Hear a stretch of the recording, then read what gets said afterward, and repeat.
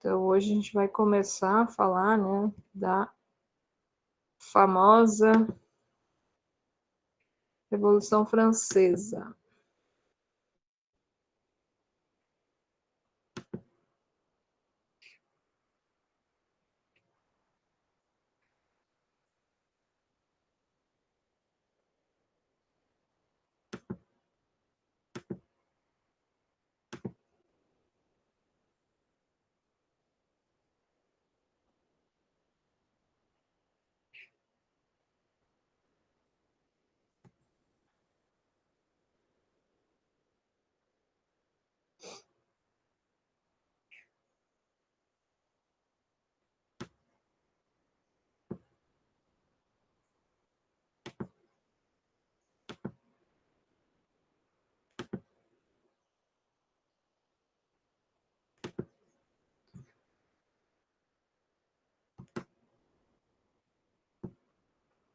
Qualquer coisa, tá, gente? Assim, vou começar a falar, mas, né, quiserem falar, podem abrir o microfone, tá? E falar, enfim.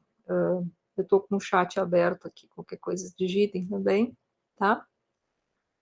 Sempre tranquilo aí a participação nas aulas.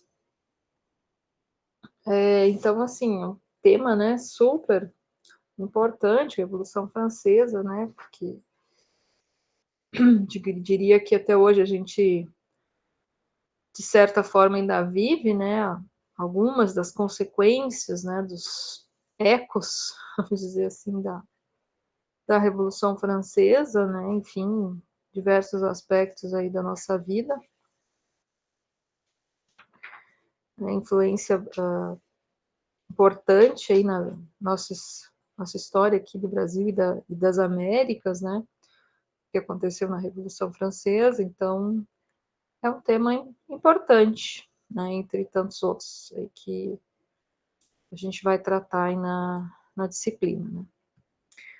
Porque é um marco também, né, a coisa, né, se diz que a história contemporânea, né, começa a partir da Revolução Francesa, enfim, que a gente entende, né, aquelas divisões da história, que são divisões arbitrárias, né, europeias e já muito criticadas, né, na própria teoria da história, porque justamente refletem, né, os períodos aí da história europeia, né, difícil se encaixar história do Brasil, história da América, história da África, enfim, né, nesses padrões aí de história antiga, medieval, né, moderno, contemporâneo, enfim.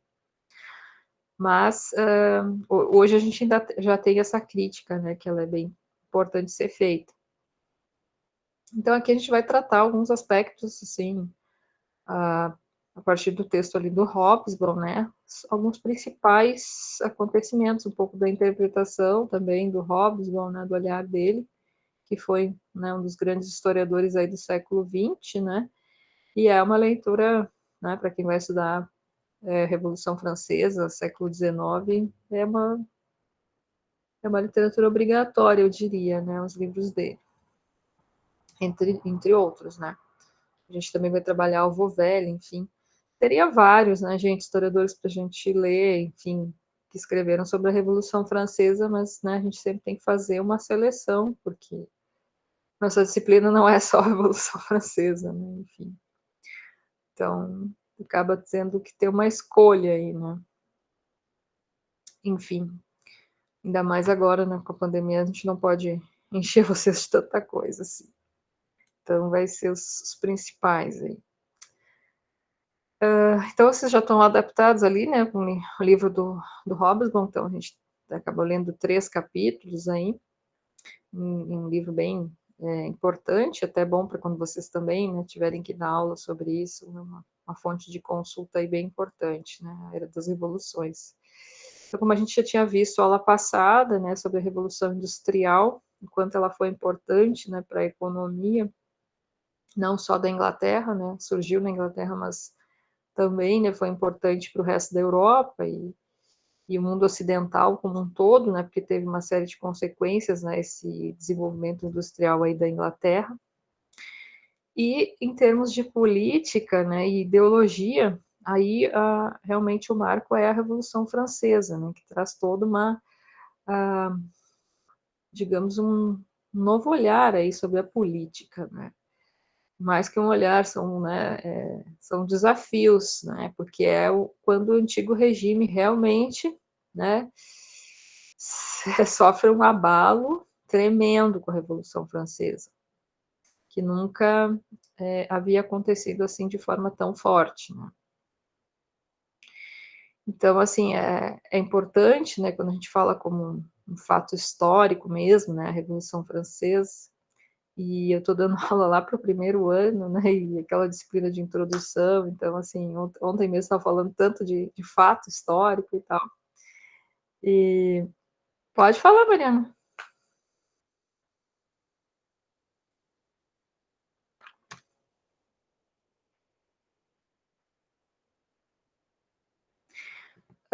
Assim, ó, é que a aula vai ficar gravada, né? Então, na gravação vai aparecer os slides. Eu sempre coloco lá o link, tá? Aí eu acho que não precisa, né? Porque vocês podem acessar a gravação, acho que fica melhor, não é? Então eu coloco, esse aqui tá. Ah, tá. Eu posso mandar. Mas, assim, ó, só peço que não coloquem, não disponibilizem isso para fora da nossa disciplina, tá? Porque dá um trabalho para a gente fazer, então, assim, não ficar, né, divulgando por aí, porque dá um trabalhão, né? Enfim, só para vocês mesmos, tá? Então tá, então eu coloco lá. Mas só para quem não sei se alguém se ligou, mas até a Osmara, por exemplo, não assistiu a aula passada, né? Ela me pediu para liberar, eu já liberei. Eu coloco sempre o link, porque tudo isso aqui passa pela Unicentro, tá, gente? Isso aqui é tipo quando vocês têm uma conta pessoal, não sei se já tentaram ver isso lá no Google Meet, tu não consegue gravar a reunião, né? Pelo menos o meu pessoal, o meu do Gmail que eu tenho, eu não consigo. Eu posso abrir uma reunião, fazer normal, mas eu não consigo gravar, né? Então, assim, essa particularidade é porque a Unicentro fez um contrato com o Google, gigante lá, né? Então, assim, lá cabe armazenamento ilimitado, então não estou nem preocupada, vou encher de aula gravada lá, o drive da Unicentro, que é gigantesco, entendeu? Então, eu coloco lá, só que eles são chatinhos, né? Eles dizem sempre, quando eu coloco o link para compartilhar para todo mundo, mas não adianta, ele sempre vai pedir para eu permitir, então não tem problema, vocês entrem lá, peçam que aí eu já vejo quando eu abro o e-mail e já libero para vocês assistirem, tá? Que alguém quiser assistir, enfim, é bem tranquilo. Então, como eu estava falando, né, tem uma consequência muito grande, né? Não fica só em 1789, nem o contexto ali do final do século XVIII, né? As consequências, né, da Revolução Francesa, elas reverberam muito, né? E na França, então, é onde surge todo um vocabulário, né? O conceito que hoje quando a gente fala de nação, né? Esses conceitos tão importantes, né? O que é uma nação, né? A questão do nacionalismo, tudo isso surge na Revolução Francesa, né? Surge a partir da toda essa discussão, né, que acontece na França. Todo o vocabulário de uma política liberal mesmo, né? Lembrando, como sempre, né, os princípios da Revolução Francesa lá, né? Liberdade, igualdade, fraternidade. Isso surge, né, a partir da França. Não só isso, né? Uma série de questões aí, né? Os próprios códigos legais, né? Aí já vão pensar depois, em seguida, no Napoleão, que vem, né, na esteira também da Revolução Francesa, que vai elaborar aí, né, os códigos mais conhecidos que até hoje são usados, né, o Código Napoleônico, por exemplo, o direito no mundo, em vários países, não em todos, óbvio, né, mas assim, em vários países, tem como base, né, os preceitos aí dos códigos franceses, né. O modelo de organização técnica científica, o sistema métrico, por exemplo, vem, né, da França, desse momento aí da Revolução Francesa.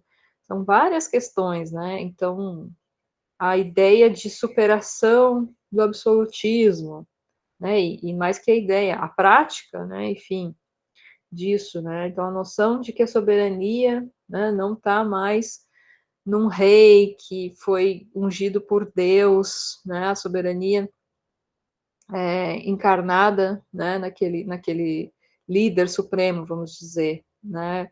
Isso caiu por terra, né, a partir da Revolução Francesa.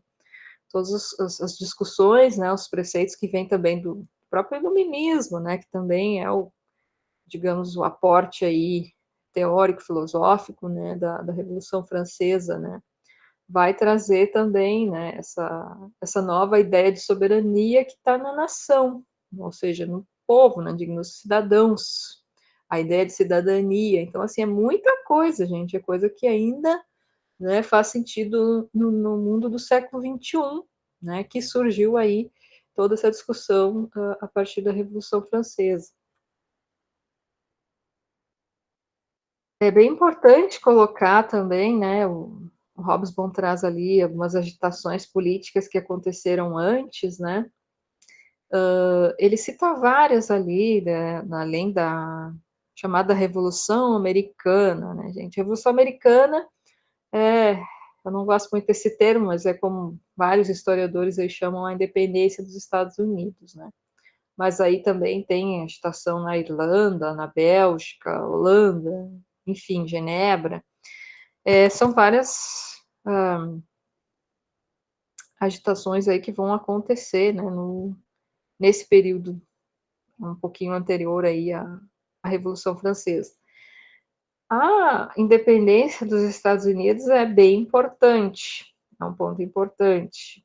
Eu sou professora de História da América, tá, gente? Então, eu que gosto mais, né, de História da América, mas enfim.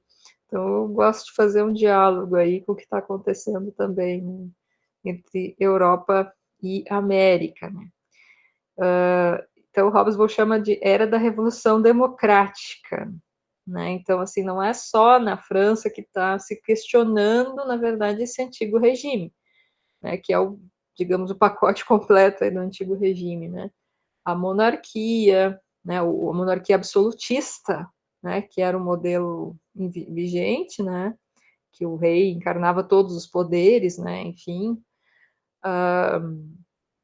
era ele quem distribuía terras, as benesses, os títulos, né? Enfim, toda a sociedade da corte, né? Que vivia em torno aí do grande príncipe, enfim, né, que encarnava toda a soberania e os poderes, e começa a se ter uma insurgência contra isso em vários locais, na verdade, né. Mas, assim, quem foi mais longe nisso, né, quem teve mais sucesso nisso e mais consistência também, até porque tinha uma ideologia por trás, né, uma filosofia por trás, né, e também a que teve mais repercussão foi a Revolução Francesa, sem dúvida, né. Então ela não pode ser considerado, né, um fenômeno isolado, né, na verdade já estão acontecendo também, né, revoltas semelhantes aí em outros lugares, né, esse questionamento justamente desse antigo regime. E o fato de ter acontecido então no estado mais populoso da Europa, né, vamos pensar ali, né, a Europa a gente sempre tem que pensar continental, né, e insular, porque a Inglaterra, por exemplo, ela não está dentro da Europa continental, né, mas era sem dúvida o estado mais populoso, a França, né, eu acho que até hoje, França, Alemanha aí, não sei se o Reino Unido chega a ser mais populoso, não tenho os dados agora, mas são, com certeza um dos três ali é um dos mais populosos, né, tirando a Rússia, no caso, né, estou pensando na Europa Ocidental, assim. Então, eram muitas, muitas pessoas, né, se estima que nesse contexto aqui da Revolução Francesa tinha, já liam 23 milhões, 25 milhões, mas é nessa faixa, vamos dizer assim, dos 25 milhões de pessoas.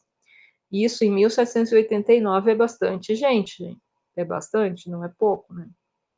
Sendo que dessa população, né, 97% mais ou menos era o povo, vamos dizer assim, né, tirando a nobreza, né, e o clero.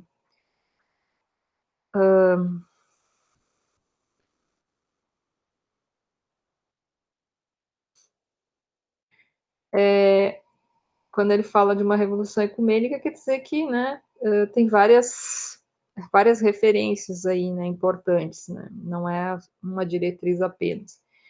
E é importante, assim, a gente colocar esse papel da revolução, então, nos Estados Unidos, né, na independência.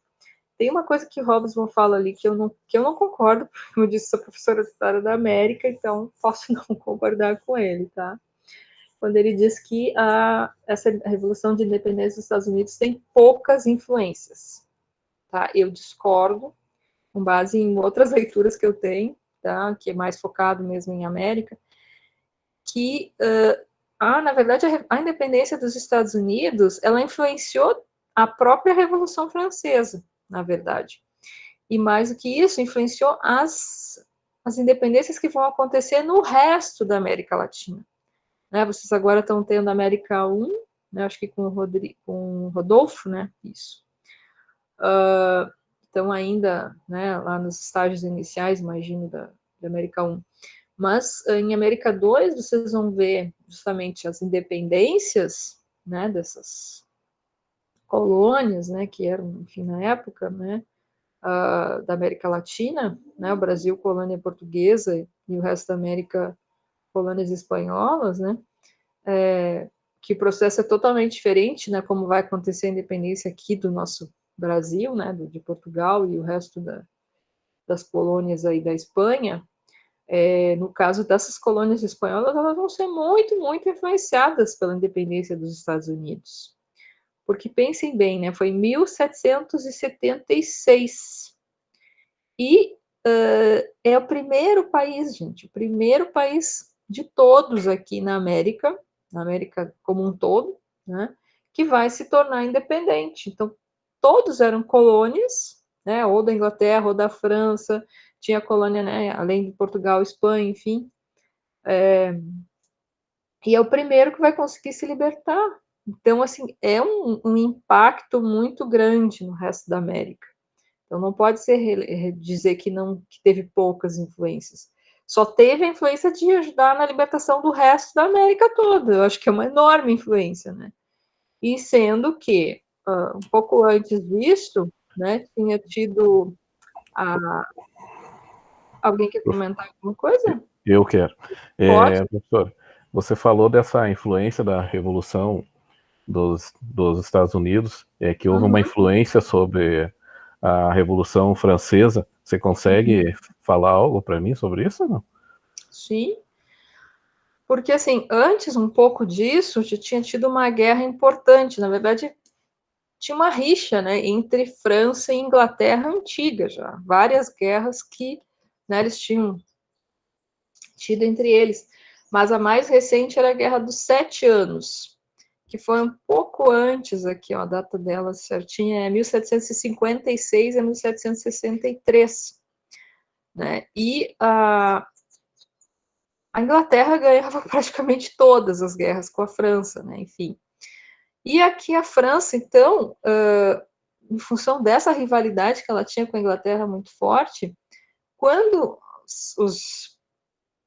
as lideranças das 13 colônias, né, no caso que eram antigos Estados Unidos, eram as 13 colônias, né, resolvem se independizar por uma série de, né, descontentamentos aí com a Inglaterra, né, que era a sua metrópole, né, e discordâncias econômicas, políticas, enfim, né, de cobrança de impostos. A Inglaterra, depois da Guerra dos 7 Anos, ela se volta muito, tem uma tentativa de apertar, digamos assim, né, os grilhões em cima dos Estados Unidos, né, é também o momento que ela está começando, né, já, digamos assim, a Revolução Industrial, né, e eles começam, então, como eu falei, aula passada, a questão aquela do fornecimento do algodão dos Estados Unidos, né, e para a Inglaterra, para ela conseguir, né, se desenvolver a sua indústria têxtil, enfim. Só que eles aumentam os impostos, né, em cima dos Estados Unidos, eles querem taxar uma série de produtos, né, então, assim, tem todo um descontentamento, né, eles mandam também soldados, enfim, para controlar melhor esse território, né, eles querem, digamos que, recuperar o dinheiro que eles investiram na Guerra dos 7 Anos, aumentando o controle em cima da colônia deles, né, das 13 colônias, no caso. E aí, quando começa esse movimento de independência, a partir desses descontentamentos, né, a França se torna aliada, justamente porque ela era inimiga da Inglaterra, né? Então, assim, tem uma influência da França, né? Uma ajuda, vamos dizer assim, tanto militar, porque tem uma guerra também aí, né?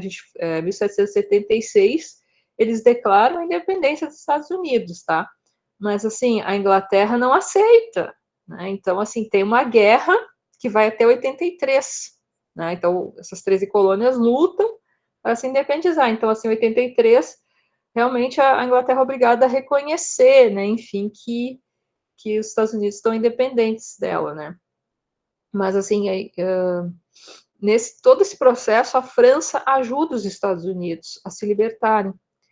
Então, assim, depois, o que acontece? Muitos, inclusive, revolucionários que participaram dessa guerra nos Estados Unidos, né, da independência dos Estados Unidos, vão para a França. Ele até cita no texto alguns deles ali, o Penn, se eu não me engano, é um deles, que participaram dessa revolução, né, e vão para a França para, como ele diz, alguns que eram bem revolucionários nos Estados Unidos, né, na França se tornam moderados, porque né, no contexto francês, que era as coisas, né, o pensamento era mais radical, mais progressista, vamos dizer, do que estava acontecendo na Revolução dos Estados Unidos. Então, assim, essa ideia de liberdade, ela surge mais até nos Estados Unidos, justamente a ideia, né, da a igualdade, liberdade, fraternidade, né, vem daí, da questão da liberdade.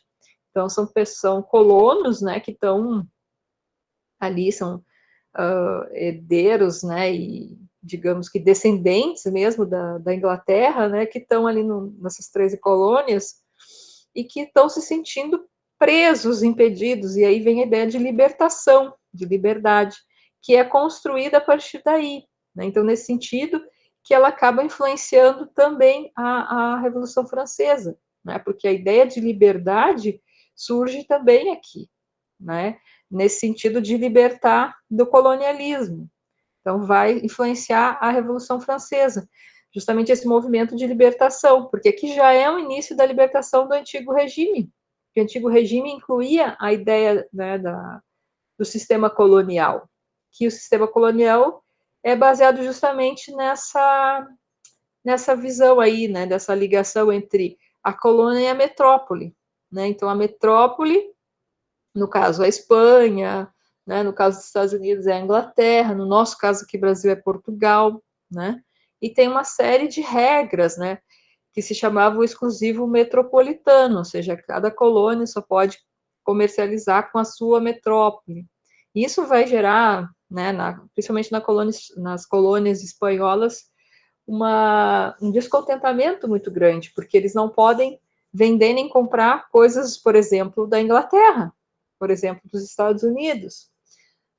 Eles não podem comprar uns dos outros, por exemplo, o vice-reino do Rio da Prata, que vai ser formado, né, hoje seria o que é Argentina, Uruguai, Paraguai, Bolívia, Chile, enfim, pedacinho de cada um, não podia, por exemplo, comprar alguma coisa do Peru, ou vender, entende? Ou do México, enfim. Não podia, porque era exclusivo metropolitano. Tudo que eles precisavam, né? Isso era justamente para forçar, né, as colônias a mantê-las num subdesenvolvimento, vamos dizer assim, né, numa dependência. Então, assim, isso, tudo que era industrializado tinha que vir da metrópole. O que acontecia? E aí, o que causou endividamento, né, no caso aqui das colônias? Porque Portugal e Espanha, por exemplo, não produziam nada, né, gente? Vocês sabem, né? Não tinha indústria.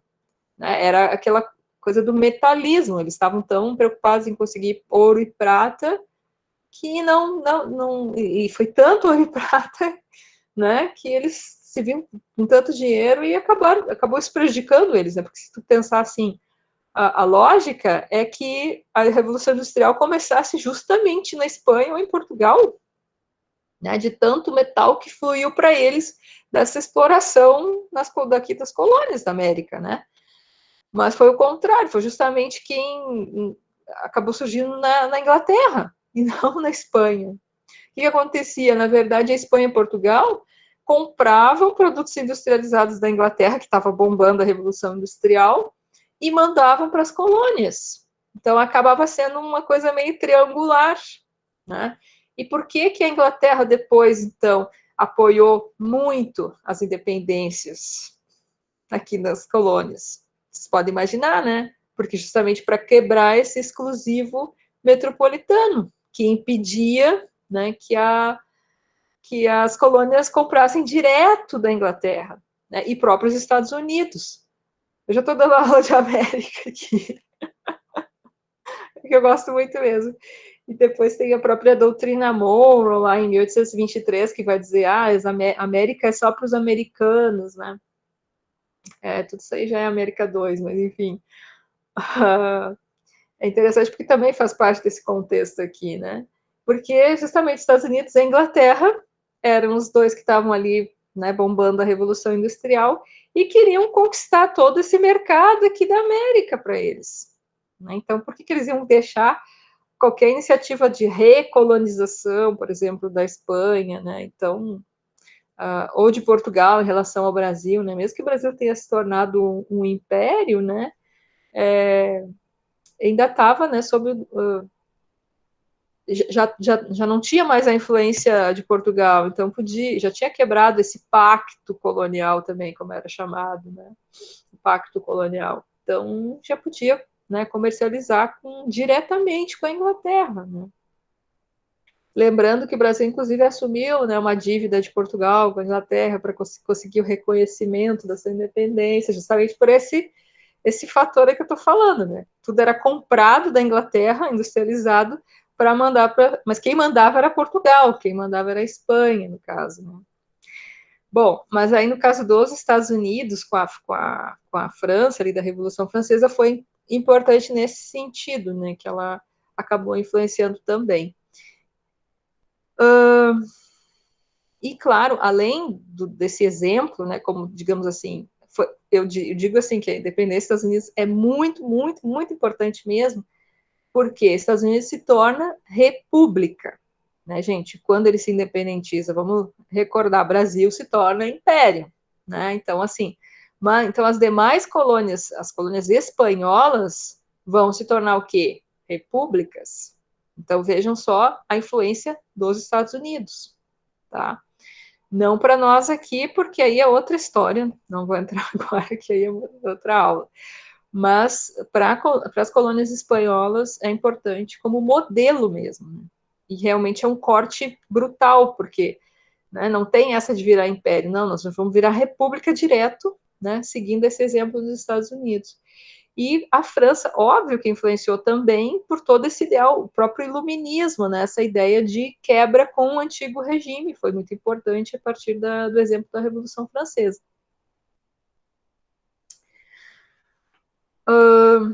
Aí um pouco da cronologia, né?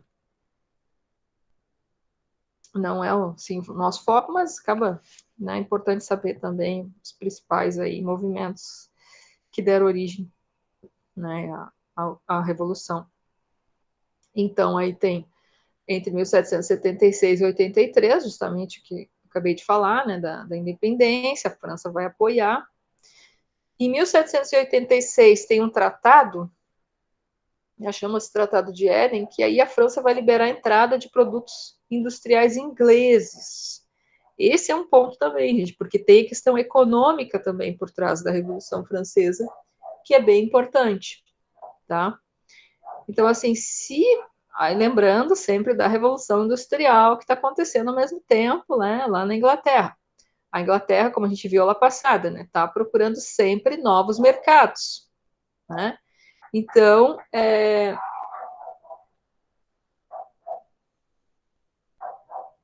que é isso aqui? Chegou, tem alguém batendo aqui na frente. Não, mas eu não vou atender.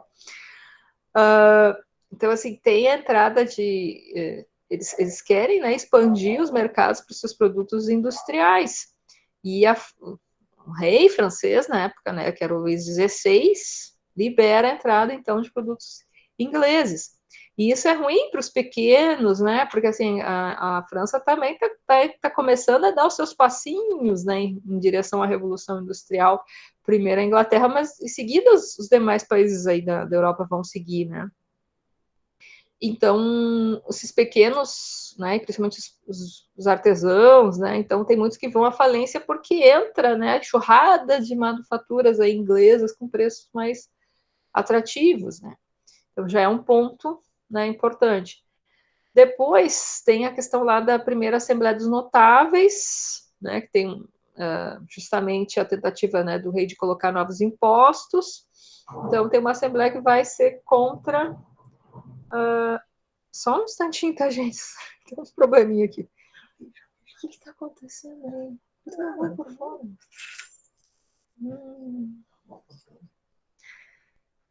Bom, a gente dando aula em casa, essas coisas acontecem, tá, gente?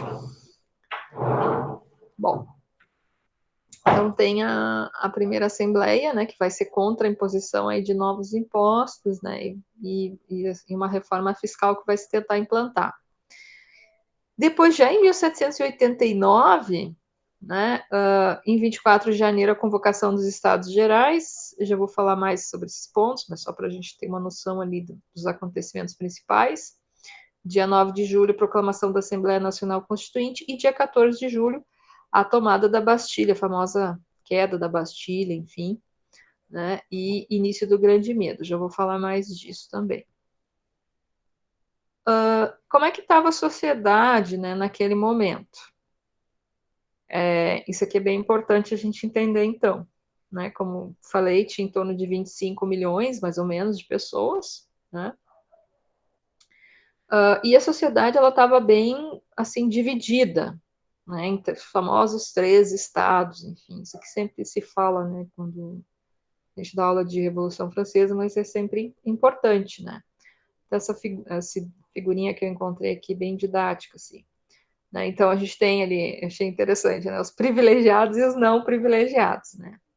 Então, quem eram os privilegiados? Era o clero e a nobreza, né, que seriam, né, 1%, 2%, enfim, né, a menor porção aí da sociedade, né? E a maior parte, obviamente, os não privilegiados. E aí a burguesia e o povo, né, formavam juntos o terceiro estado. Então, o clero, o primeiro estado, né, quem está ligado à igreja, aí, que tinha uma série de privilégios, né, bem capaz que ia pagar impostos, né, era dono de grandes extensões de terra, né, tinha muita propriedade, enfim. O segundo estado é justamente a nobreza, daí o rei, a sua família, toda a corte, também, né, bem capaz, né, que ia pagar impostos, né, enfim. Também não. E ainda podia cobrar tributos, né, porque eles tinham as terras, né, os tributos feudais ainda estavam em vigor, né, então tinha toda aquela questão de, né, os camponeses que cultivavam as suas terras, né, os arrendamentos, enfim, eles podiam cobrar impostos, né, tributos aí dos camponeses.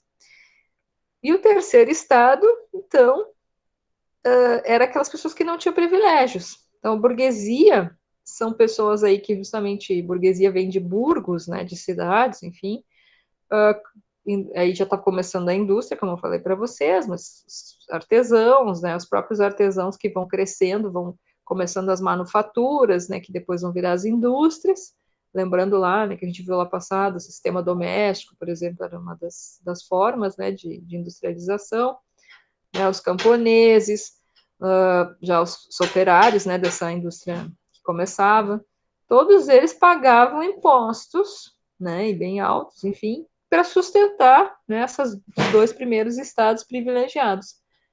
É óbvio, né, que eles vão se insurgir contra isso, né, obviamente, né. Então, aí a nobreza, então, nesse contexto aí da Revolução Francesa, era formado de mais ou menos 400 mil pessoas. Né? E é bem interessante que, justamente nesses códigos da época, né, eles não podiam exercer uma profissão, exercer um ofício, eles eram impedidos, né? E eles viviam, então, dessas rendas, dessas terras, né, que eles possuíam, que tinham sido dadas pelos reis, né, a distribuição toda que era feita, né, entre condes, os nobres, enfim, todos, né, que tinham controlavam, né, os feudos. E eles tinham grandes gastos, né, gente, para manter essa vida na corte, né, nossa, aquele luxo, aquela pompa, né, as roupas e as viagens, isso e aquilo. Então eles tinham né, tinham empregados, né, então assim, eles tinham gastos assim enormes, né, então eles tinham que ter alguma forma de renda. Só que cada vez mais nessa renda deles estava em queda, né, em função de todas essas transformações que a sociedade deles estava passando, né. Cada vez mais também os camponeses mesmo se tornavam também operários, né, então assim as classes, né, elas se movimentavam, né. E aí também eles passaram a ocupar os cargos públicos justamente para conseguir, né, recuperar as rendas, né. Justamente também tem a questão de um grande medo de uma fome, né, más colheitas, e aí quando tinha más colheitas, os impostos que a população tinha que pagar para eles, né, eles não tinham de onde tirar para pagar, então afetava também a renda da nobreza, né, então porque vinha tudo dos impostos, os impostos vinham da produção aí dos camponeses, né, nesses feudos.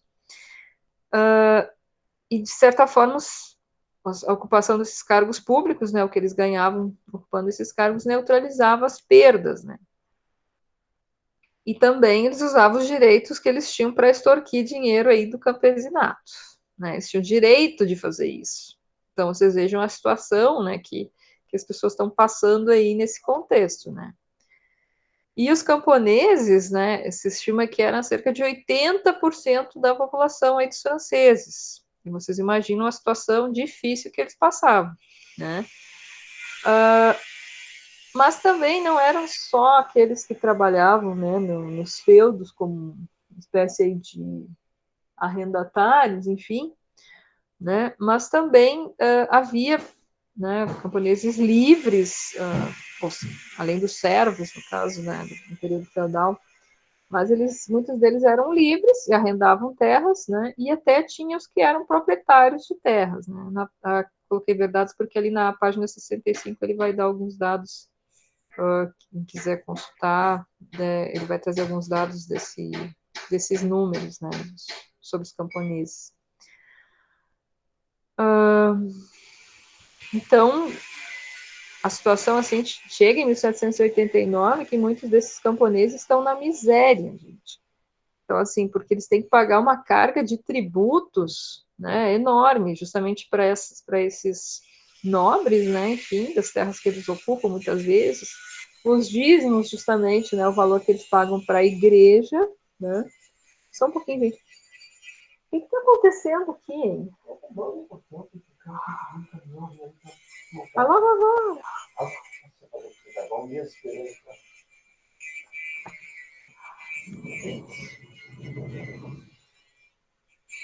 Bom, vocês devem ter ouvido o que eu falei aqui, mas tudo bem.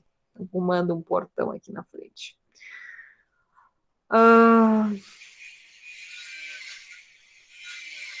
Tá. Então, assim, são tributos, são os dízimos da igreja, são taxas que eles têm que pagar, né? Então, assim, mais a inflação que está subindo no momento. Então, assim, a situação dos camponeses é dramática, né? Tanto que tem a questão de falar que eles estão passando fome mesmo, né? Não é assim, não é pouca coisa, né, o que está acontecendo. Tem uma charge que eu encontrei que eu achei ótima, assim, não sei se vocês vão enxergar direitinho aí. É uma charge de 1789 mesmo, né? Que mostra um padre e um nobre, né, montados nas costas de um camponês. Vocês estão conseguindo divulgar aí?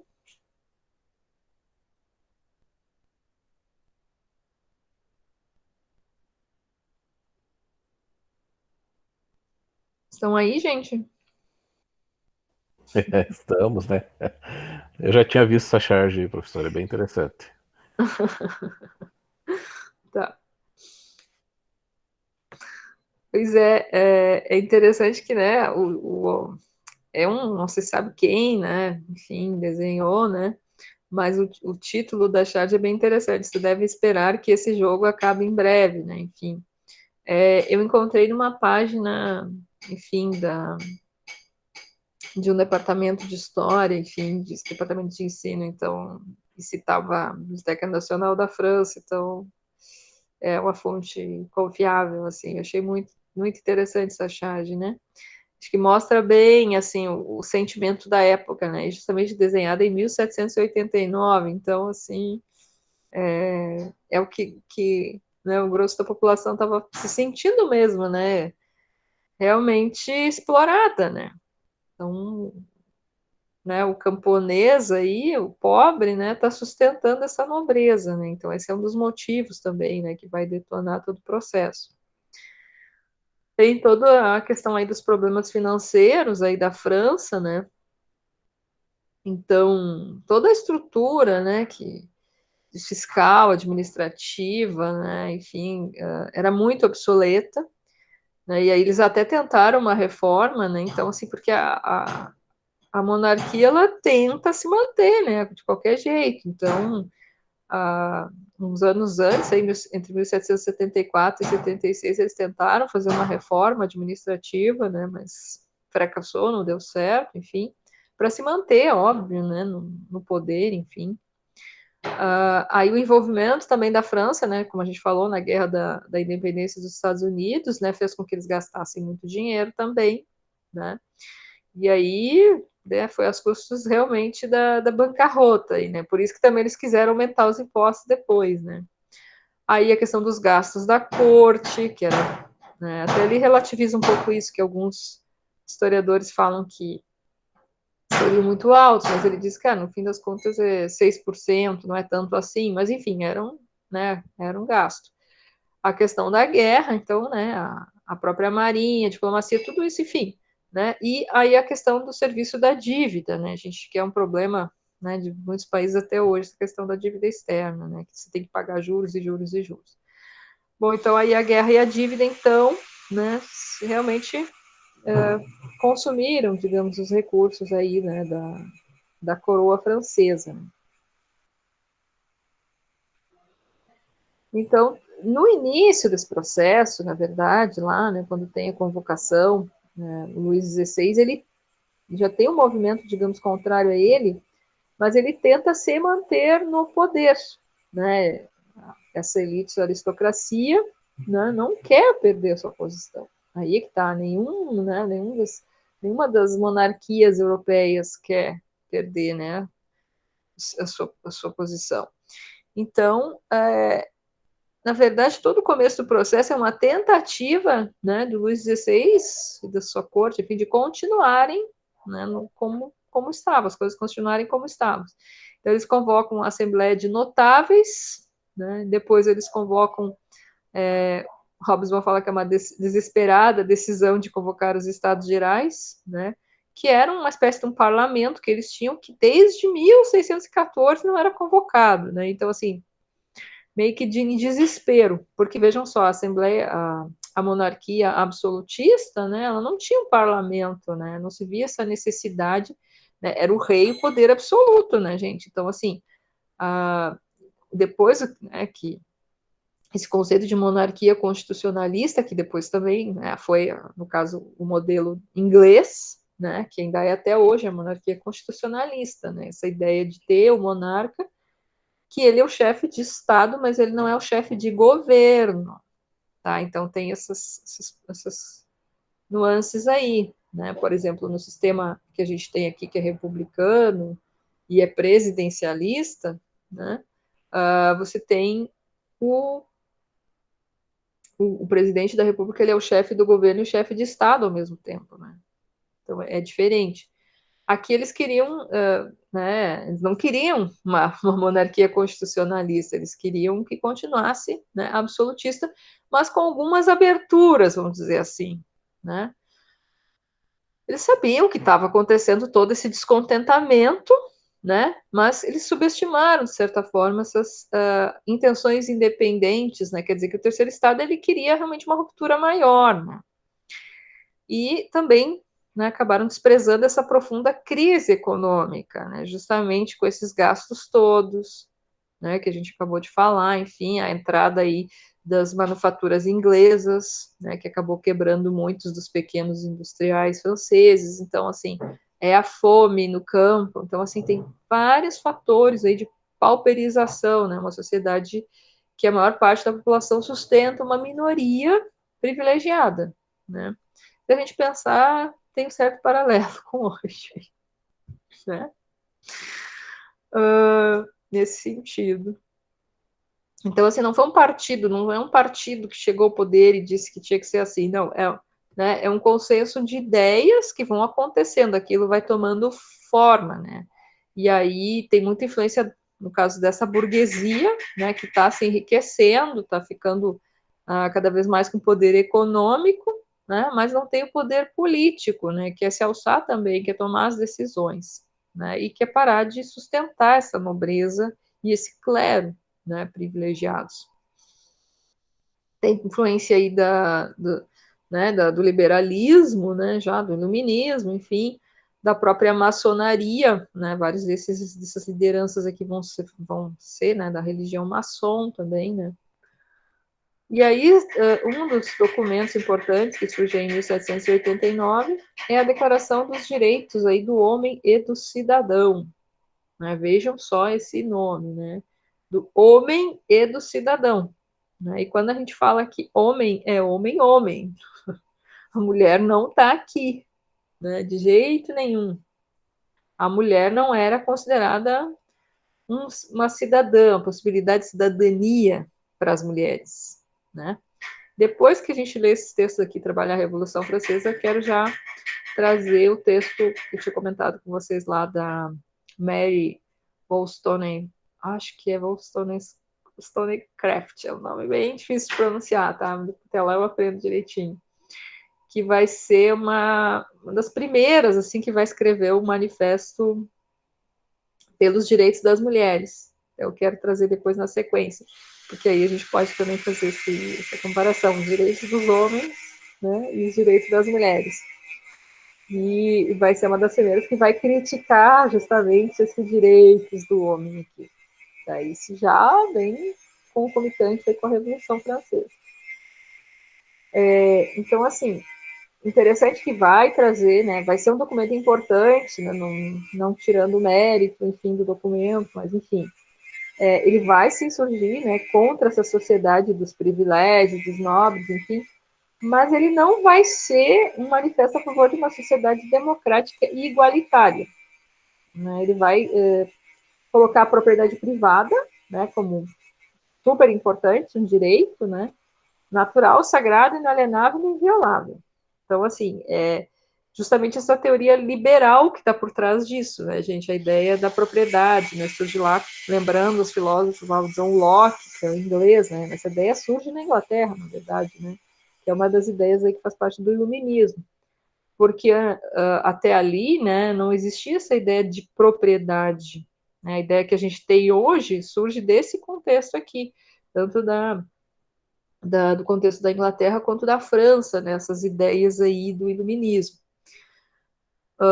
Porque até antes disso, né, existia, como a gente falou lá na aula passada, as propriedades comunais, né, não existia essa necessidade de você ter, né, o título da propriedade da terra, ou você estava trabalhando, né, como servo, como arrendatário, enfim, alguma terra de um nobre, enfim, mas não tinha essa noção, né, de propriedade, né, em princípio tudo era do rei, na verdade, assim, não era algo que o indivíduo comum poderia ter, né, uma propriedade. E essa ideia surge a partir daqui, né, desse contexto.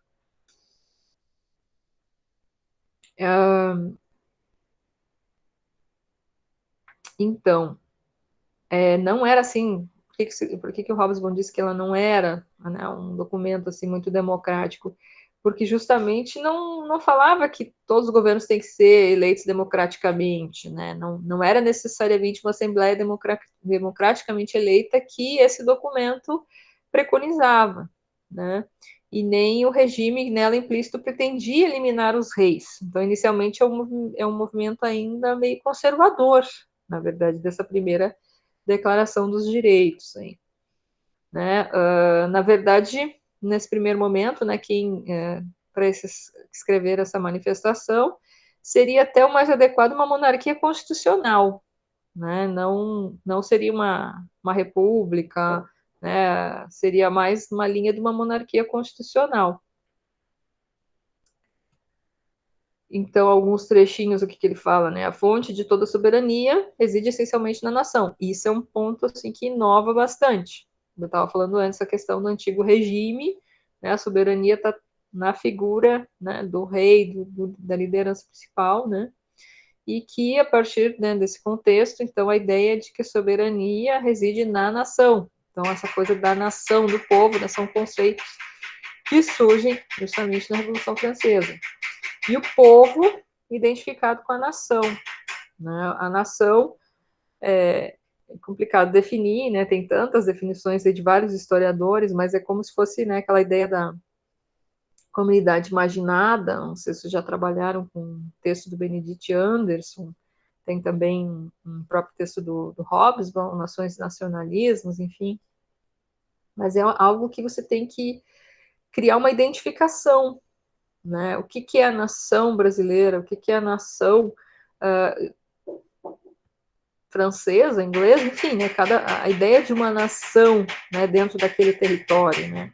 Você tem que criar, digamos que, uma história que possa ser compartilhada, né? Símbolos que possam ser compartilhados, hinos, né?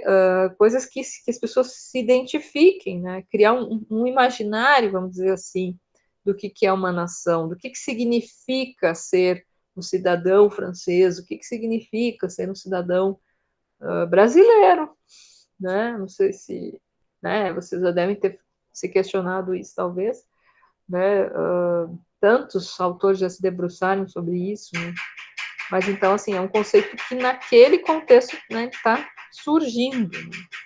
Então, uma nação corresponde a um povo, né? Um povo corresponde a uma nação. E aí tem a questão do sistema eleitoral, né? Tem, então, justamente os 3 estados, né? Cada um dos 3 estados valia somente um voto. Então, assim, 1%, 2% ali que era o clero, né, e a nobreza, cada um valia um voto. E todo o resto, 97%, 98%, que era o povo e a burguesia, vamos dizer assim, né, o povo em geral, que era o terceiro estado, também valia um voto, né? Então, vocês vejam, era só o clero e a nobreza se aliar que eles venciam. Só que eles eram a minoria, né, da minoria. Então, a burguesia, né, não se sentia contemplada, ficou muito insatisfeita, porque eles tinham dinheiro, mas como eles estavam no terceiro estado, o que eles queriam não acontecia, né? Então, aí, os principais ideais da liberdade, igualdade, fraternidade, né?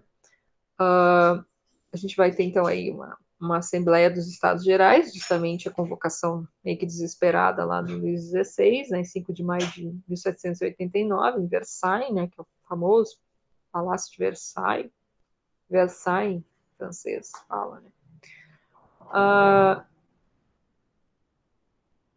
Então, os deputados dos 3 estados eram unânimes pelo menos em um ponto, né, desejavam limitar o poder real.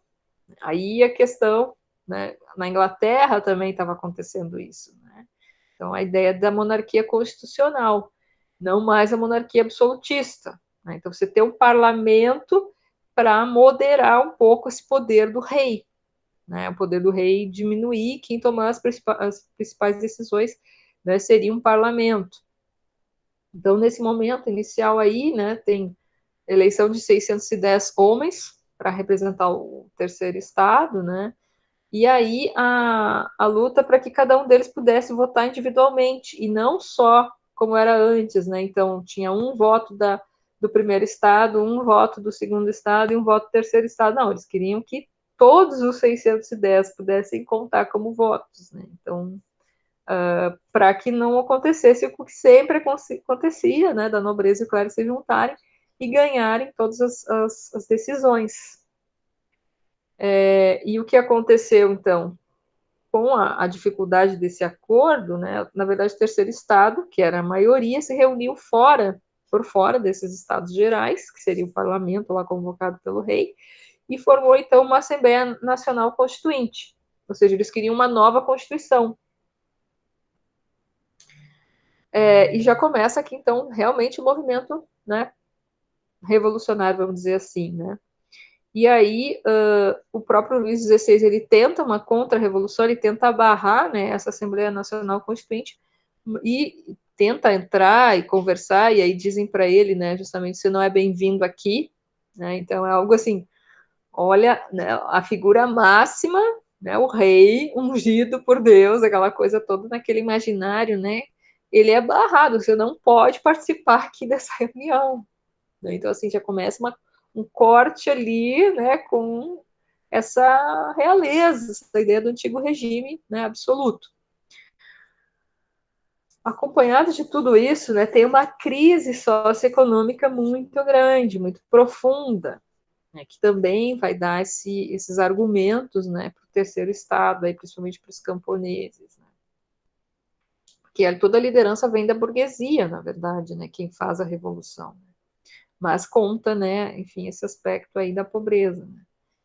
Então, nesse final dessa década, né, de 1780, tem vários problemas, né, que é a questão de que uma safra ruim, né, um inverno muito frio, cai muita geada, muita neve, né, imagina o contexto lá da França, né, pode destruir as safras, né, então, assim, é uma tragédia para quem vive no campo, né, quem vive no campo até hoje, né, está condicionado aí também a esses movimentos da natureza, né, muito seca, muita chuva, enfim, né, pode prejudicar as colheitas. E vocês imaginem uma sociedade que basicamente é rural, né, então, assim, que tem uma grande porcentagem das pessoas trabalhando no campo, como era, né, em 1789. Então, assim, os camponeses são muito, muito atingidos quando tem essas crises, né? Então, muitos que produzem são obrigados a vender, né, os cereais que eles produzem por preços muito, muito baixos. Então, eles são muito prejudicados. E não só os camponeses, né? Porque quem vivia na cidade também, porque justamente os alimentos ficam mais caros, né, aí o intermediário acaba ganhando mais. Até hoje, né, gente? Vocês, né, devem saber, né? Quando tem alguma seca, por exemplo, a primeira coisa que aumenta é o preço do leite, né? Impressionante. O leite é uma das coisas assim que. Ah, porque chove demais ou chove de menos, sempre tem um motivo para aumentar o preço, né? A questão do pão, né? Aí tem aquela famosa frase, né, da Maria Antonieta, que era, né, a mulher do Luís XVI, que vai dizer, né, que não tem pão. Ah, não tem pão, comam brioches, né? Vocês devem saber essa frase meio anedota aí da Revolução Francesa, né? Porque justamente vários desses camponeses plantavam trigo, né? O trigo é muito mais um cultivo que surge lá no contexto ali do oriental e europeu, né? O trigo vai ser trazido, inclusive, aqui para as Américas, né? Não é uma planta que se origina aqui, né? Mas vai ser importante em função, né? Que é a base do pão, né? Para nós, enfim, até hoje o trigo é importante. Então, o pão vai ficando cada vez mais caro, e o pão é a base, né, o principal alimento naquele momento. Então, assim, também acontece que aí o mercado das manufaturas vai ficar reduzido, justamente as pessoas com menos renda, né, em função dessa pobreza, dessa crise, compram menos produtos industrializados, né, gente? Sempre quando é momento de crise, o que a gente vai privilegiar para comprar primeiro? Comida, né? Nós precisamos comer para viver. Todo ser humano é assim. Então, aquilo que é supérfluo, né? Inclusive na crise atual, acho que a gente pode dizer que está acontecendo um pouco isso, né? Em função aí da pandemia. Então a gente acaba, né, gastando muito mais em coisas, né, de manutenção básica da nossa vida e o supérfluo a gente não gasta. E aí, claro que acaba quebrando, né, as empresas em função disso, né? Então aí é bem nesse contexto, 1788, e 89 que começa essa convulsão política aí, justamente para se libertar aí da nobreza e da opressão. E aí tem a famosa queda da Bastilha, que vai acontecer, então, dia 14 de julho de 1789, que hoje é um marco, né? Na França, dia 14 de julho é o dia mais importante para eles, né? Porque aqui o símbolo, né, o significado dessa queda da Bastilha ficou muito grande, né? Porque teve uma reação, então, do Luís XVI, justamente não querendo entregar o regime. Ele não queria deixar de ser um regime absolutista, não queria deixar de ser o rei absoluto da França, né? Ele não queria que tivesse um parlamento para compartilhar o poder com ele, né? Não queria esse regime mais aberto, com uma constituição, né? E aí o povo reage também, justamente, né, atacando aí, né, a Bastilha, que era na época uma prisão que existia na França e que aí o movimento revolucionário esperava, né, que tivesse armas lá dentro. Então, o dia 14 de julho foi o dia então que eles atacaram a Bastilha. Então, o símbolo da Bastilha, o que ela simbolizava? Justamente o antigo regime, o despotismo, né? E é tão importante esse símbolo porque é o começo da queda mesmo, assim, é um marco ali, é o começo da queda do regime absolutista. Por isso que é tão importante até hoje, né? E é a festa mais importante nacional na França. Então, toda essa convulsão, né, ele diz a convulsão irreversível, porque é uma sequência, né, de fatos que vão acontecendo e aquilo não tem mais como voltar atrás. No momento que cai a Bastilha, é um símbolo muito grande desse contexto. Ainda não caiu o rei, mas a queda da Bastilha já é um movimento em direção, né, a que isso aconteça. Isso combinado a pequenos levantes, né? Então vai acontecendo uma série de levantes, porque a França toda entra meio que em convulsão, né? Principalmente nas cidades. E aí tem a questão do pânico, do grande medo que não se sabe o que vai acontecer, né? Tem como eu acabei de falar, né, a questão da fome, né? O pão, a comida cada vez mais cara, né? A ameaça do rei, a mudança toda do ideário que está acontecendo, né? Então, assim, tudo isso gera um pânico em massa nas pessoas, né? E tudo isso é uma convulsão muito grande no país inteiro. Aqui encontrei também, acho que você já deve conhecer essa imagem, ela é bem conhecida, enfim. Também foi pintada assim ao calor da hora, né, em 1789 mesmo, Jean-Pierre Rouel, né, é uma aquarela e está na Biblioteca Nacional da França, né, dá para a gente ter uma noção assim do prédio em chamas, enfim, né, e não existe mais, ele realmente, né, foi totalmente destruído.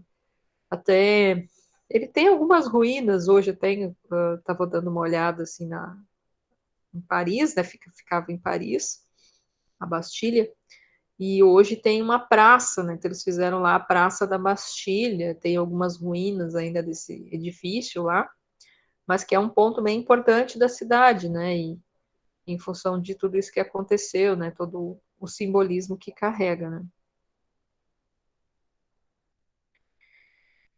Então, um marco importante aí é a queda da Bastilha. E aí a gente tem uma série de fases, assim, né, em geral, que é dividida, né, a Revolução Francesa. O processo todo que durou mais ou menos 10 anos, assim, até começar depois entra em cena o Napoleão Bonaparte. Então, primeiro seria a Assembleia Nacional, entre 1789 e 91.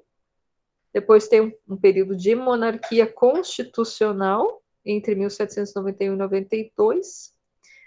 A República Jacobina, também chamado de Terror, e o período final, que é o Diretório, chamado Diretório, até 1799. Né? Então, assim, que o Hobsbawm analisa isso, né, como uma peculiaridade, a diferença, digamos, da Revolução Francesa para os demais movimentos, como a gente falou no início, né, são vários países que estão passando por esse movimento de se libertar do antigo regime, né, é que realmente tem uma parcela aí dessa classe média, né, pequeno burguesa, enfim, que está muito preocupada em realmente se ver livre, né, desse impasse aí quer deixar de fazer parte desse terceiro estado, quer deixar de pagar tantos impostos e carregar nas costas uma corte, né, e o clero, e quer realmente atingir aí um poder político, né, essa pequena burguesia principalmente, né. Além daí dos jacobinos, né, que os jacobinos aí são sempre até hoje tem meio que carrega assim uma carga pejorativa, assim como falar, né, o fulano é comunista. Na época tinha os medos dos jacobinos, porque era também os mais à esquerda, vamos dizer assim, da Revolução. Né? O nome deles justamente veio significar a Revolução Radical, porque eles queriam mais justiça social, mais igualdade, né? Então, esses ideais de liberdade, igualdade, fraternidade, né, gente, a gente tem que olhar com cuidado, né? Porque era liberdade para quem, né? Fraternidade com quem? Igualdade entre quem? Isso a gente também tem que levar em conta.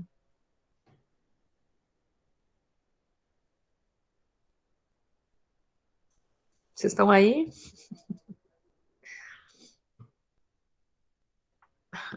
De vez em quando tem que perguntar, vocês estão quietinhos?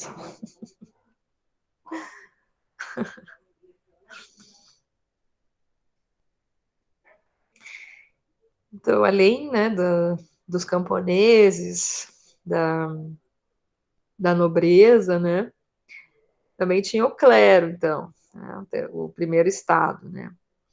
Então, assim, né, nesse movimento da Revolução Francesa, né, o clero foi um dos que primeiro sofreu, né, a perda, vamos dizer, de privilégios. Né? Então, assim, essa Assembleia Constituinte, que é formada em 1789, né, ela já reduz o poder do clero, começa a confiscar as terras da igreja, né, coloca o clero sob a autoridade do Estado e vai transformar eles em assalariados. Né? Então, assim, não tendo mais direitos, né? Porque a igreja tinha terras, e aí, como os senhores feudais, eles também tinham direitos de cobrar, né, tributos aí dos camponeses.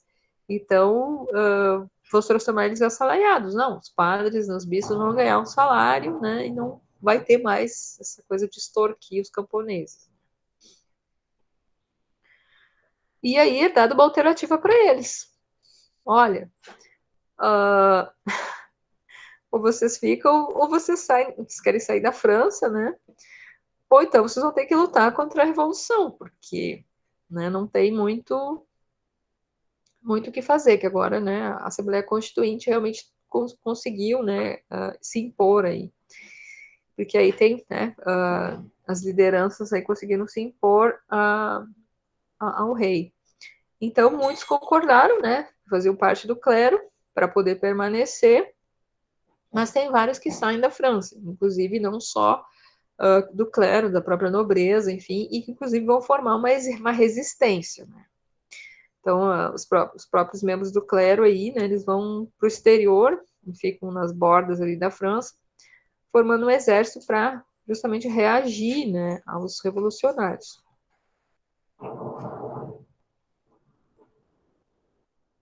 Então, vocês vejam que a ruptura, né, com esse antigo regime, ela não é de uma hora para outra, né, acaba o antigo regime, começa uma república. Não, né? Ela é toda com fases, né? Ela é bem gradual, vamos dizer assim. Embora até que seja rápida, a gente pode dizer. Né? Então, assim, com essa Constituição, né, que essa Assembleia Constituinte consegue construir, se preconiza, então, uma monarquia constitucional. Então, o rei perde seus poderes absolutos. Mas ele não está feliz com isso, tá, gente? É o contrário, ele está, né, bem contrário ao que está acontecendo. E aí essa constituinte vai dizer, então, que tem que ter a separação dos poderes. Porque no regime absolutista, o rei, ele congrega aí, ele que faz as leis, ele que executa, né, ele é o judiciário, ele decide, né, ele julga. E já com uma monarquia constitucional, né, tem o parlamento, tem os poderes separados, né, então o rei perde bastante, né, dos seus poderes. A questão do voto, né, passou a ser censitário, que era o que a burguesia queria. Então, você sabe o que é voto censitário, né? Teve aqui no Brasil uma época, que é o voto por renda, né? Então, a pessoa tem que ganhar um X, né? Enfim, da sua renda para poder votar. Ou seja, os pobres não votavam, né? Camponeses. Então, assim, é um voto da elite. Óbvio que a burguesia vai querer isso, né? Que eles que tinham mais dinheiro, né? Então, dependendo, até a nobreza ficava fora. O nobre que não tinha tal renda, né? Podia ficar fora. Então, não era mais, né, a decisão do Estado como era antes. No primeiro Estado valia um voto, segundo, terceiro, né?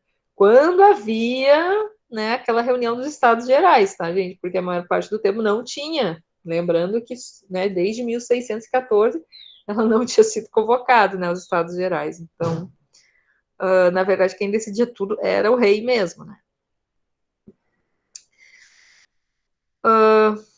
Então, assim, a perspectiva, na verdade, dessa Assembleia Constituinte, então, inicialmente, ela era bem liberal também. Então, a gente não pode ter muitas ilusões aí com a Revolução Francesa, tá, gente? É bem uma ideia, assim, bem liberal. Em relação aos camponeses, eles queriam fazer o cerco das terras, lembrando, né, um exemplo que já tinha acontecido na Inglaterra, né, cercar as terras comuns, e incentiva os empresários rurais, né, os pequenos, trazer, né, cada vez mais inovações aí para o campo.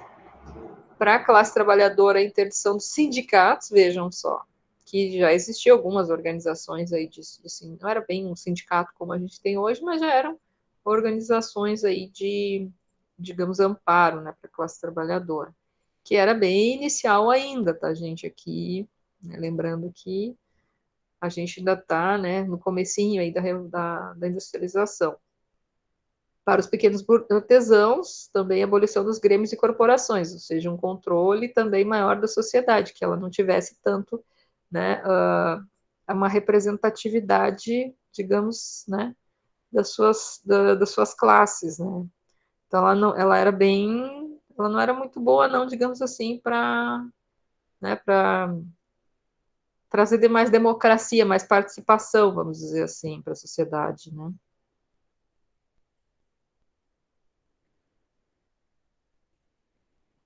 Em seguida, em 1792, né, o que acontece?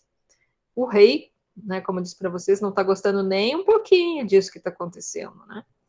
Então ele acaba fugindo, tá? Mas ele é capturado, enfim, quando está na fronteira, quase saindo já da França, enfim, né? E aí, esse é um ponto também bem importante nesse processo, gente. Que imaginem um rei, né, que carrega toda essa aura, né, ungido por Deus, aquela coisa toda do antigo regime, né, que é a autoridade, né, o poder está nele e tal. E o que ele significava para o povo todo, né, para a massa toda de milhões de pessoas dentro da França, né? E simplesmente ele foge, né? Então, assim, tem uma regra, né, dentro do absolutismo que ele acaba quebrando, né? Que é a regra que os reis que abandonam os seus povos, eles perdem o direito à lealdade, né? Então, assim, porque existe um contrato aqui, né, gente, implícito, enfim, entre a população e o rei que carrega toda essa soberania, né? Então, ele abandonou o seu povo. Então, assim, como que o povo vai ter lealdade um rei que os abandona? Então, aqui é um ponto importante, né? Porque ele perde muito o que ele ainda tinha, vamos dizer assim, de simpatia da população por ele, né? Não só o rei, mas vários franceses, justamente aí temos da nobreza, pessoas que clero, ou, né, que, enfim, que discordavam de alguma questão aí da Revolução Francesa, fogem e vão fazer resistência nas fronteiras aí, inclusive com outros reis europeus. Por quê? Né? Como eu disse, essa instituição, né, absolutista, ela está acontecendo também, né, a monarquia absolutista não é só na França, diversos outros, né, reinos, países, enfim, também acontecia. Principalmente a resistência vem do ladinho dela, que é a Prússia, né, que hoje é a Alemanha, né, que a Alemanha era a antiga Prússia, que as fronteiras também não são bem iguais, né, mas enfim, os chamados príncipes, né, da Prússia, os príncipes alemães, enfim, que nesse momento que era a Prússia, eram centenas aí de cidades, né, cidades-estados aí, pequenos estados controlados por príncipes, que todos queriam, né, que perpetuasse o regime absolutista. Eles não queriam abrir o poder, né? Além da Prússia, a Áustria, né, e principalmente aí a Rússia também, mas entre outros reinos aí, todos ficaram contra o que está acontecendo na Rússia, desculpa, na França, né? Por quê, vocês acham? Porque eles não querem, né, que o exemplo da Revolução Francesa se dissemine, que é o que eles temem, né, gente? Aquelas ideias todas libertárias, como assim, né? O rei foi preso, gente. Imagina prender um rei. Era algo naquele contexto, nossa, bombástico, né? Ter um rei preso. Mas é um rei que começa a realmente perder aquela aura toda que ele tinha, né? Porque ele fugiu. Então, assim, tem todo né, essa questão que é bem forte. E acaba que os demais reis europeus, vários desses reis, começam a ajudar essas pessoas que fogem, esses franceses que fogem, a montar uma resistência ao que está acontecendo dentro da França, né, para combater tanto, né, os ideais quanto o que está acontecendo, né, dentro da França. Então, em abril de 1792, começa uma guerra mesmo, né, que aí é justamente liderada aí pela Prússia, Áustria e Rússia, enfim, que eles começam a guerrear contra os revolucionários. Eles tentam invadir, né, as principais cidades francesas para reagir, para derrubar mesmo essa ideia da revolução, todas as práticas da revolução. E então, né, a França passa esse período todo em guerra aí, é bem conturbado, enfim. Em 1792, entre agosto e setembro, a monarquia foi derrubada de fato, né, e a república, então, estabelecida. E aí começa o ano 1 do calendário revolucionário. Tem todo um calendário da Revolução Francesa, né, vocês talvez já tenham estudado isso na escola mesmo, né. E aí entra também os sans-culottes, né, enfim, que são importantes, aí são mais à esquerda, vamos dizer assim, como os jacobinos, na verdade, vão ser mais, mas enfim, os seus culottes, que são os pequenos proprietários, pequenos artesãos, enfim, que vão ter um papel importante também aí na Revolução. E aí toda a questão de massacres, né, de prisioneiros políticos, a eleição da Convenção Nacional, a resistência total aos invasores, então, né, esses invasores que são esse exército formado por esses que fugiram, mas pelos reis que estão em torno da França e não querem, né, que esse modelo de revolução se espalhe, que eles também temem, né, que aconteça, que eles percam, né. E a gente tem, então, a convenção, chamada Convenção Nacional, que é montada, enfim, que é onde se dá as discussões políticas, né. Então, a gente tem dentro da convenção, basicamente, né, duas alas importantes, que vão ser uma mais à esquerda e uma mais à direita. Que aí vai ter os jacobinos, né, que é o movimento dos jacobinos, que vão querer justamente essa revolução radical, vão querer direitos maiores, enfim, para as classes trabalhadoras, enfim. E vai ter todo um debate, né, gente, aí. O que acontece com esse rei que foi preso? Então, o rei que fugiu, foi preso. E o que vai acontecer com esse rei que está lá? E aí tem todo um debate, né? Os que estavam mais à direita, vamos dizer assim, das ideias mais conservadoras, chamavam os girondinos, que na verdade, né, por um tempo foi um partido dominante aí nessa convenção. E aí se trava um debate, né? E os jacobinos, né, e os sans-culottes também, eles vão ser favoráveis que haja um julgamento do rei. Já os girondinos, não deixa o rei, não precisa fazer um julgamento do rei, tá? Então, assim, e aí os debates que vão acontecer, né, enfim, são muitos, e acaba que o lado que quer o julgamento do rei vence, tá?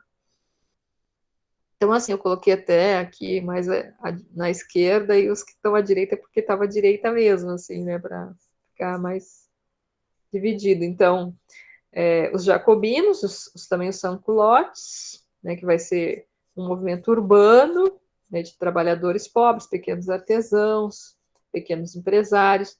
Seria uma pequena burguesia, vamos dizer assim, né? E que eles têm os ideais, assim, meio que de que um governo que favorecesse justamente essa pequena propriedade, né? E que não desse vantagem para os ricos, né? Eles têm uma hostilidade com os grandes nobres e grandes burgueses, vamos dizer assim. Já os girondinos, então, né, eles tinham, né, eles eram oradores aí, que tinham charme e brilho, enfim, e que já representavam, então, os grandes. Vejam a diferença, né? Sempre os mais conservadores geralmente é quem tem mais dinheiro, né? E na política isso não mudou muito, não. Então, eles têm, né, um estofo intelectual, vamos dizer assim, mas eles estão representando aí os grandes, né, a grande burguesia.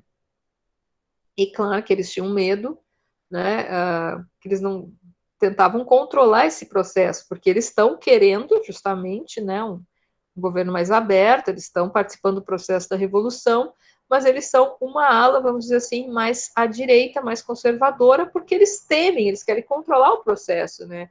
Eles têm medo de que a coisa se torne sem controle, justamente, né, por uma revolução de massas, né? Uhum.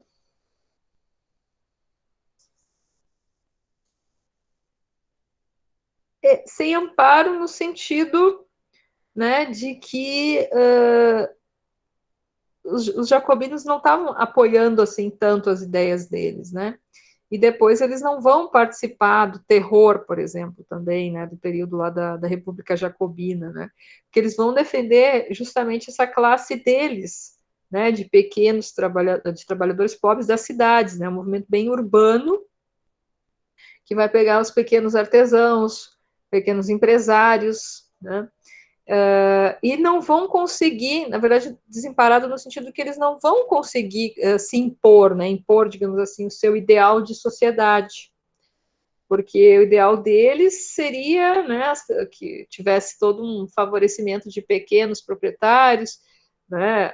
Uma sociedade que prezasse pelos pequenos, vamos dizer assim, né? E não favorecesse, né, as grandes propriedades, as grandes indústrias, né?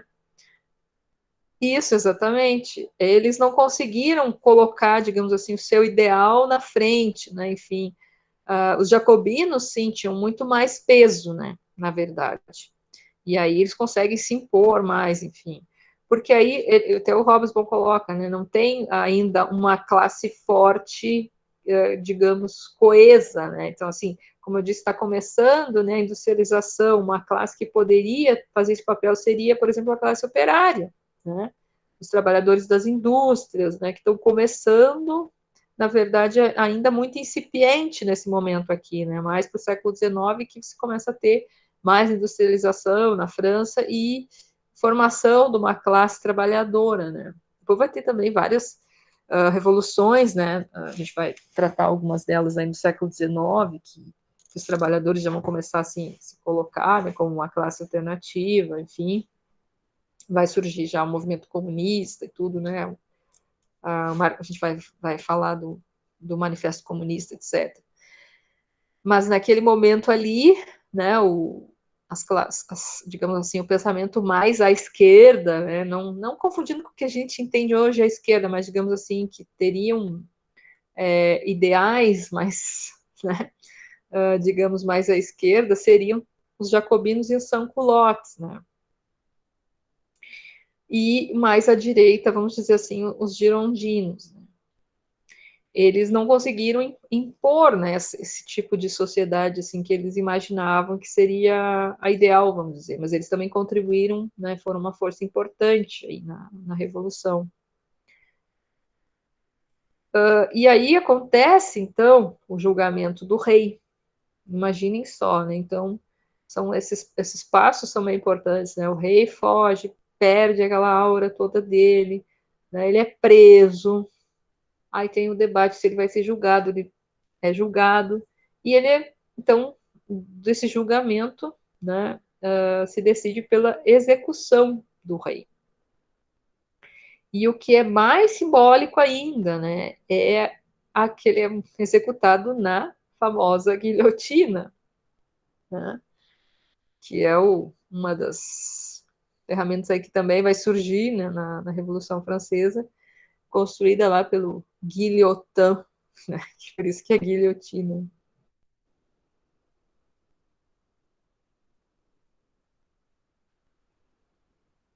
Então veja essa gravura alemã, né, bem interessante, né? Aparece lá aqui a guilhotina, né? E o rei aqui, né? E a cabeça do rei é mostrada, né? Então imaginam o que significou isso, né? O rei está morto, né? Decapitado, ou seja, é decapitado o rei, mas não é só o rei, né? Gente, é como se assim, o antigo regime todo, né? Imagina o que isso significou, né, para o reino da Prússia, para o reino da Áustria, para a Rússia, para a Espanha, enfim, né, os demais reinos aí que estão, né, vigentes na Europa. É algo bem significativo, bem importante. Né? Tanto que depois, um pouco mais para frente, depois do Napoleão e tudo, 1815, eles vão formar a chamada Santa Aliança, né, que é toda uma tentativa de proteção desses reis para não deixar que nada parecido com a Revolução Francesa aconteça, né? É muito forte isso, né, gente? Um rei decapitado. E a própria guilhotina, né, ela é usada para, né, acabar com os inimigos da Revolução. A ideia é essa, né? Acabar com os inimigos da Revolução. E aí, entre 1793 e 94, então, a gente tem a chamada República Jacobina.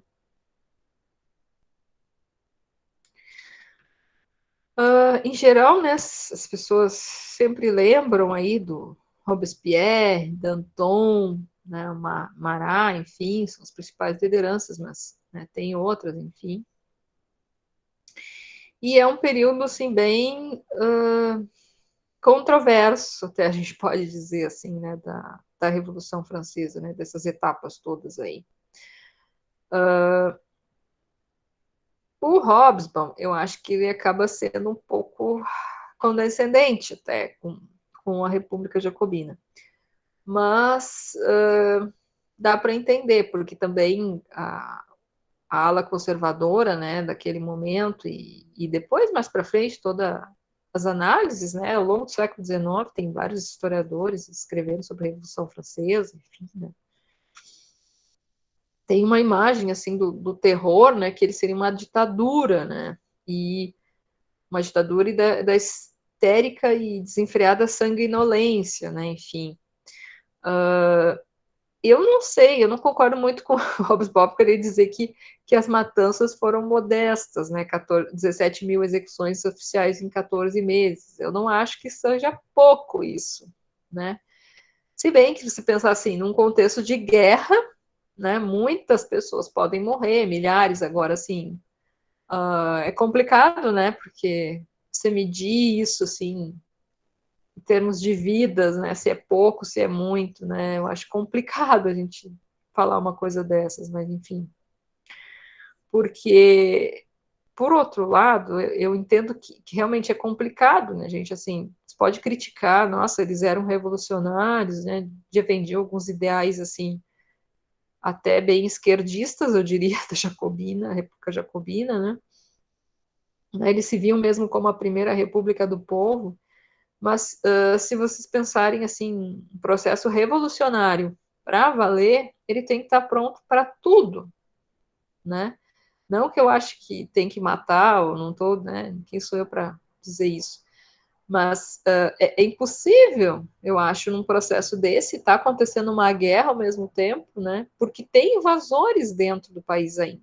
Né? Então, assim, todo esse período ele é muito conturbado, porque esses reis, né, como eu estou falando, eles não querem deixar, né, que o exemplo da Revolução Francesa viceje e seja, né, copiado nos seus territórios.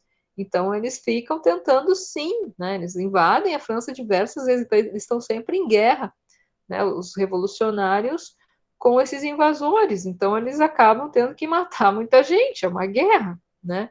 E dentro disso, só que isso aos poucos vai perdendo o controle, né, dentro desses 14 meses aí que acaba sendo chamado de terror, justamente porque é tanta gente que vai, né, indo para a guilhotina, né, e a guilhotina acaba sendo uma grande forma de assassinato, né, do terror do Estado, vamos dizer assim, né, que até os próprios revolucionários, né, quem começar a criticar essa política começa também a ser assassinado. Então, assim, é bem complicado, né, como o processo vai se desenrolando. E aí, a avaliação dos historiadores também é problemática, né, porque é complicado se posicionar, né, contra ou a favor disso, né. E aí, nesse período, o poder, né, está também na Convenção Nacional. Então, esse período é chamado de terror, né? E os jacobinos, no fim, que acabam dominando esse processo, né? Eles estabelecem aí que é o terror ou a destruição da revolução. É como se fosse assim, para não perder, né, o que já se conseguiu, né, o que está acontecendo, você tem que ter o terror, ou seja, tem que matar as pessoas que são contra, né, o processo. Então é bem complicado, porque ameaça aí de que esse Estado nacional que foi construído, né, enfim, a duras penas, aí, matando, inclusive, o rei, né, ele se pudesse se perder e ser destruído, né, e o próprio país em si ser incorporado pelos outros reinos, enfim, né, se não se tivesse uma reação muito forte a essa contra-revolução, vamos dizer assim, né.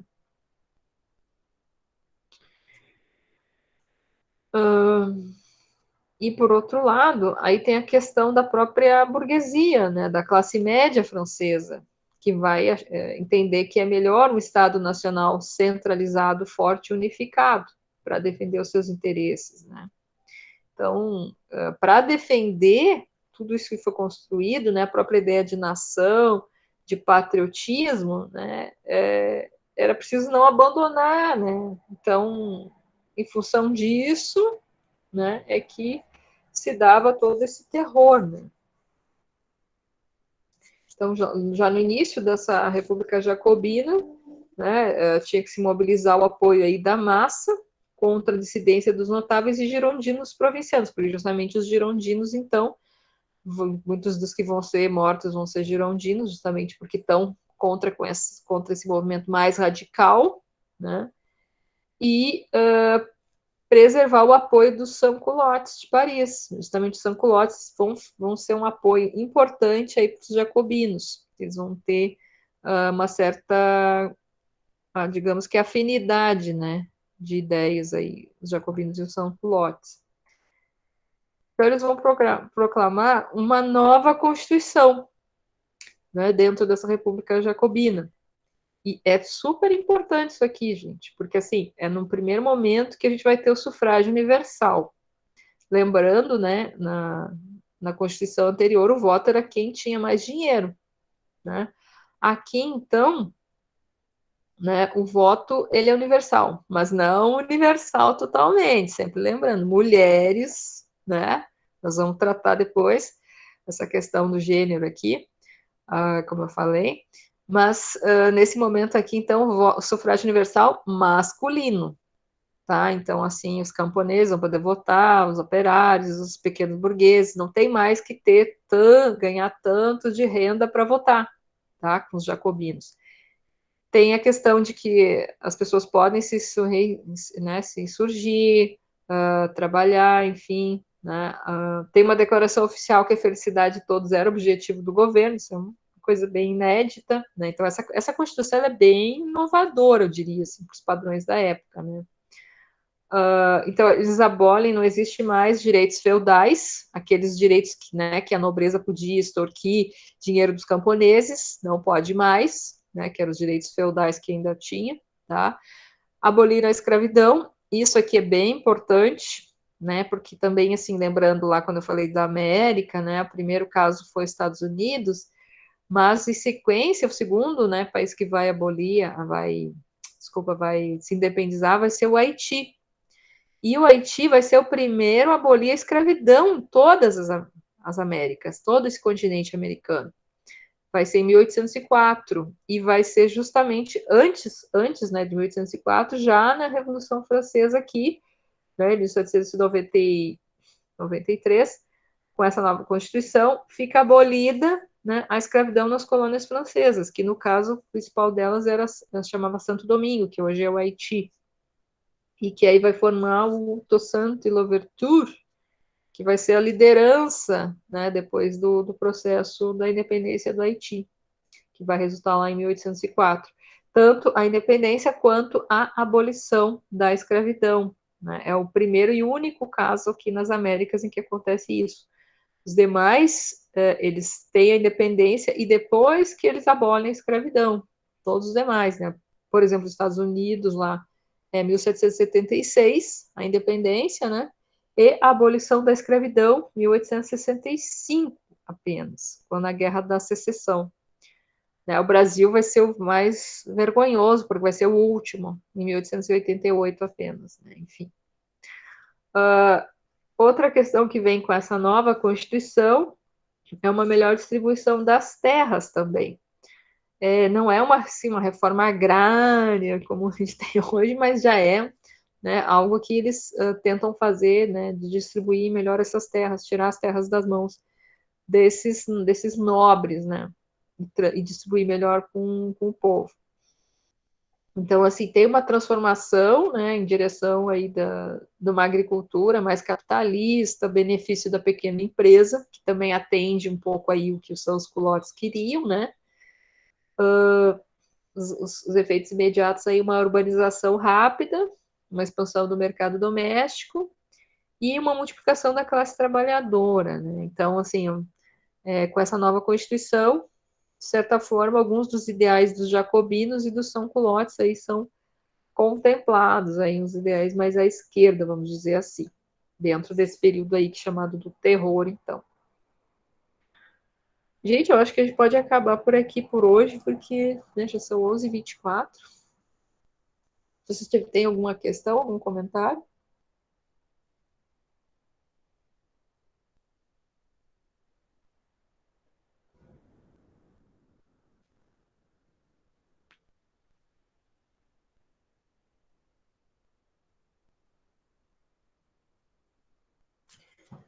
Tá tranquilo?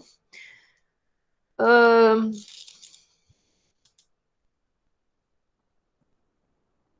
certo. Deixa eu só parar de compartilhar aqui. Ainda tem mais coisa, mas eu continuo daí semana que vem, sem problemas, tá?